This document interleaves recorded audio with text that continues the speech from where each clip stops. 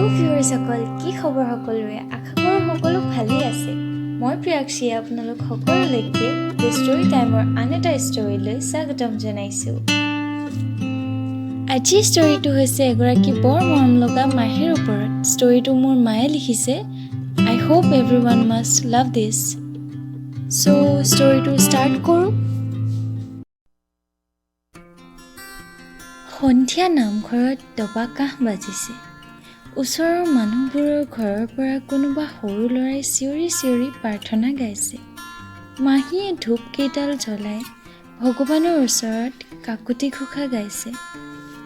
তেনে সময়তে বৰ উদ্ধাৰ্ত কণ্ঠেৰে বাহিৰৰ পৰা "ঔ মাহী মাহী" বুলি চিঞৰি উঠিল। মাহীয়ে প্ৰাৰ্থনা ভাগ শেষ নকৰাকৈয়ে বাহিৰলৈ ওলাই আহিল। "অ' কৃষ্ণ, তই কি হ'ল তোৰ? ইমানকৈ চিঞৰিছ?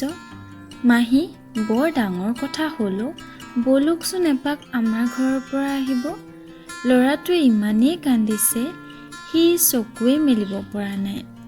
মাহীয়ে অকণমান ৰবিচোন বুলি কৈয়ে দৰজাখন মাৰি কৃষ্ণৰ লগত ওলাই গ'ল।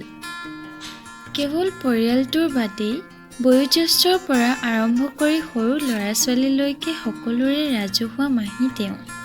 গাঁওখনৰ সৰু সৰু ল'ৰা-ছোৱালীৰ মুখ লগা, কন্দা, নিমুনিয়া, জণ্ডিছ আদি প্ৰায়বোৰ ৰোগৰে ঔষধ জানিছিল তেওঁ। মাহীয়ে চুই দিলেই ল'ৰা-ছোৱালীবোৰ যেন ভাল হৈ যাব, সেই ভাবি কিছুমান মাক-দেউতাকে বেলেগ বেমাৰ হ'লেও মাহীৰ ওচৰলৈ দৌৰি আহে। মাহীয়েও পৰাপক্ষত কাকো না নকৰে। যিমান পাৰে সকলোকে সহায় কৰে মাহীয়ে।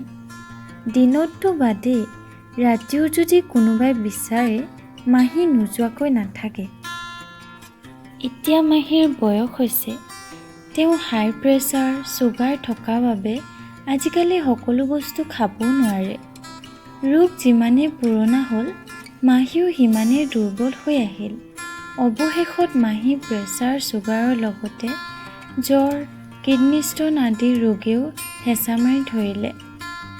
হস্পিটেললৈ নিলে যদিও ডক্তৰেও মাহীক বচাব নোৱাৰিলে। অৱশেষত মাহীক ঘৰলৈ লৈ আহিল আৰু মৃত্যুক সাৱটি ল'লে তেওঁ।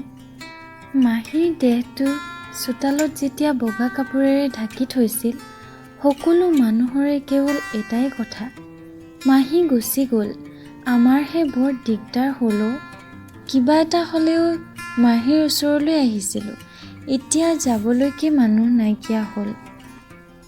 সকলোকে এৰি মাহীৰ আত্মা বায়ুৰ লগত বিলীন হৈ 4জন মানুহৰ কান্ধত উঠি শ্মশানলৈ গুচি গ'ল। ৰৈ গ'ল কেৱল তেওঁৰ জ্বলি যোৱা ফুটছাইখিনিহে। এয়াই আছিল আজিৰ ষ্টৰীটো কেনে পালে কমেণ্ট বক্সত জনাব।